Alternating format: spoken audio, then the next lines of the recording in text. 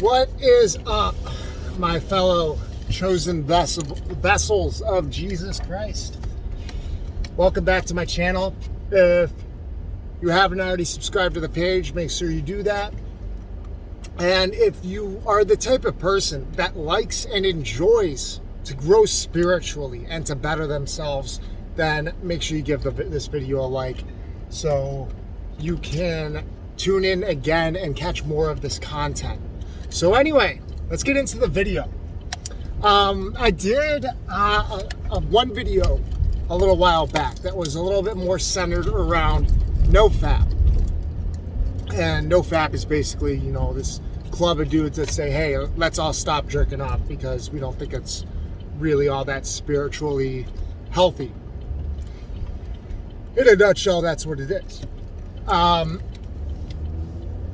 I wanted to talk about this subject a little bit. Not necessarily NoFap because that was the last video, but in this video it's marriage in specific because, you know, it's a hard thing. And I've noticed, you know, there's a lot of people on social media where it looks like cheating has kind of become the norm. Then even when you look at the media, you look at the TV, like I just watched a movie not too long ago. It was called The Last Duel, where cheating, adultery was a big theme within the movie. And you know, there's a lot of stuff on Netflix where Netflix, pretty much almost every TV show, there's this big theme of cheating and adultery that are happening with it, where it's almost making Christians look like the bad guys or making us look like phonies. Because you see people in these shows that will do something, these horrific acts, and then they go to Jesus and it's all good. Well, you know, I'm here saying it's not really that simple. If you cannot just commit horrendous acts and then go back to Jesus and be like, oh, forgive me. If you don't really truly feel that horribleness that comes from that kind of sin, and you don't really redeem yourself in a way, or you don't really stop those actions, then God's not going to listen to you. Like it's just like when you hear one of your buddies saying, I'm going to do this, you just watch, but he never takes any action on actually getting what he says done. It's the same thing. God's eventually going to get tired of it. But what I really wanted to get into is, you know, you see this in the workplace, because I brought up the media and, you know, what happens on TV.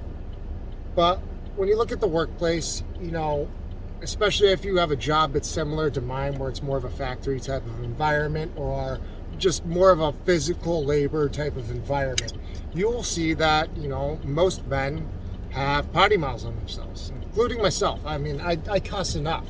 I probably cuss too much. It's enough where I'm actually praying to God and looking at refraining back or retracting back on those curse words, because I don't think it makes me sound intelligent. I don't think it makes me sound smart or tough or anything. I'm just trying to, you know, I see an issue, I want to fix the issue. But the dudes at work will always talk about, this girl's hot, that girl's hot, this girl's sexy, I like this girl's voice. You know what I mean? It's just like the way guys are. It's, you know, it's typical. You're always going to know men will be men. But here's the thing, is that it actually gets to a point where it's kind of sickening. Because there's one dude I know, and I actually stopped talking to this guy completely for a while, just because I talked to him a little bit today, you know, just a little bit chewing the fat about this movie or that movie, anything good on Netflix, anything good on you know, Hulu or whatever. Say, okay, I'll check out that movie, you know. Simple, small talk, which I have no issue with. But man, this dude used to talk about that stuff, like this girl being good looking or that girl being good looking, which, you know, is adorable to an extent. But this man actually regularly cheats on his wife, which to me, even from back then, I still found that absolutely repulsive and disgusting. Like, and eventually I saw this person for who he was. And, you know, it's not necessarily that he did anything wrong to me. It's that inadvertently, from hanging out with him, I was starting to think the same way. And I realized that's just not me. That's not who I am. That's not the man my wife married. some of the patterns of thinking I was falling into.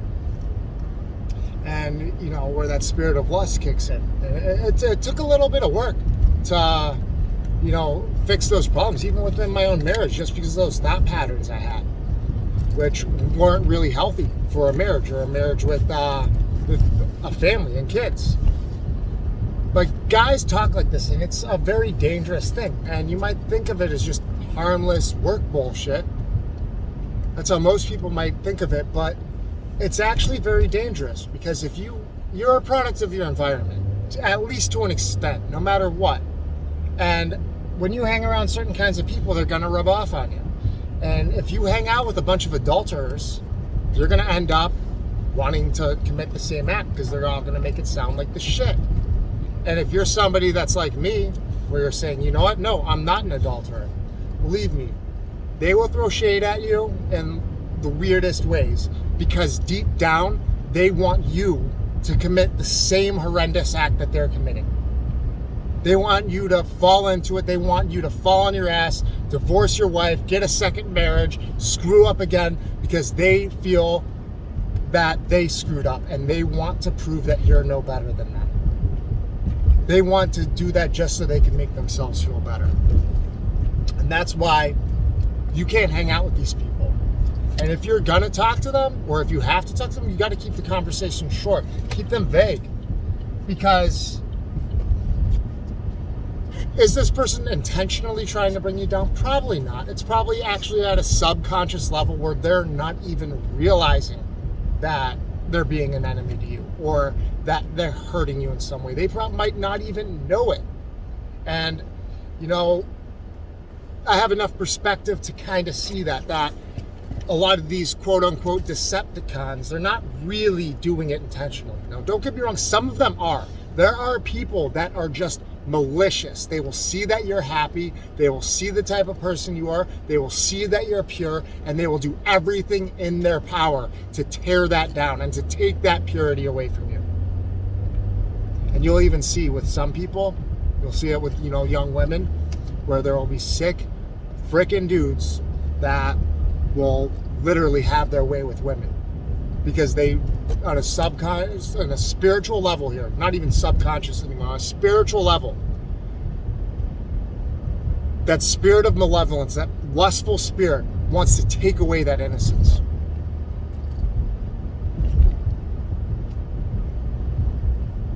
I just want to give you guys a second to let that soak in. So think about that. Was I somebody, whenever I had my testimony, it was a past video where I brought it up, and that's when the Holy Spirit hit me really hard. Is when maybe it was me proving to myself or me proving to God that even if I have the opportunity to cheat, I'm going to stand my ground. I'm going to love my wife.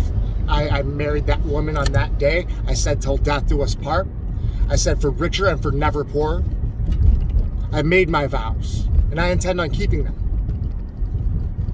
There's even some vows that, if we fall short on our finances, I feel guilty because I promised her that. And you know what? My wife is somebody who doesn't care about money at all. She really, really doesn't. My wife loves experiences and stuff, but my wife doesn't even want a big house. She likes, small little ranch houses she just wants her little, front porch, like her little, turnaround front porch or whatever they call it. That's all she really wants, like in material things. And she's really not that materialistic of a person, but I find it as my responsibility to provide for these people, to provide for my family. As a man, that's how you should feel too. And, if you have your little work girlfriends, that you like to flirt with, just remember what Jesus said, that if you're committing adultery in your mind, on a spiritual level, it's the same thing. And I want that to really sink in with you guys. So I noticed my videos are more popular among women than they are of men for some reason. And it's kind of a sad thing, especially for this video, because men are the ones who need to hear it. Now, don't get me wrong. I'm not saying women can't be wrong, because they certainly are. I know how some women are. I was in the dating scene for many, many years. And, with like, if I take off these glasses, I might be blind as a bat, but dude, I got some game. I got a good looking face whenever I take off these glasses. If I decide to not look so dorky, I can not look dorky, believe me. If I decide to smooth talk, I can smooth talk. I have a very extensive vocabulary. I'm a relatively intelligent fellow. I really am. And I could pull in girls if I want to. But I'm a married man now.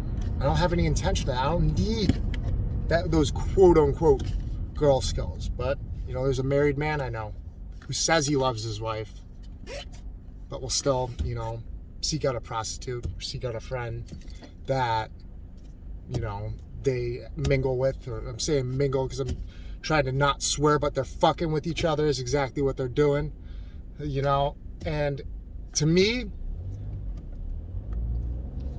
I find that so repulsive because he has number one person that he married that's his best friend, the number one person that he's supposed to trust and is supposed to trust him. He's just stabbing in the back. And that just sickens me. And that's why I've realized, like, I might perfectly like someone. I might like their personality. I might think this dude or that dude is hilarious. If they're funny, I would like to be friends with them. But you know what? I'm at a point where I realize I can't. We can't. You can't. As a chosen one, you cannot mess with these kinds of people because on a spiritual level, they will try to pull you down. Now, as chosen ones, we need to rise up to show God's glory. And for some of us, that's financially. For some others, that's athletically. For others, it could be artistically even. For others, where we're truly showing God's glory.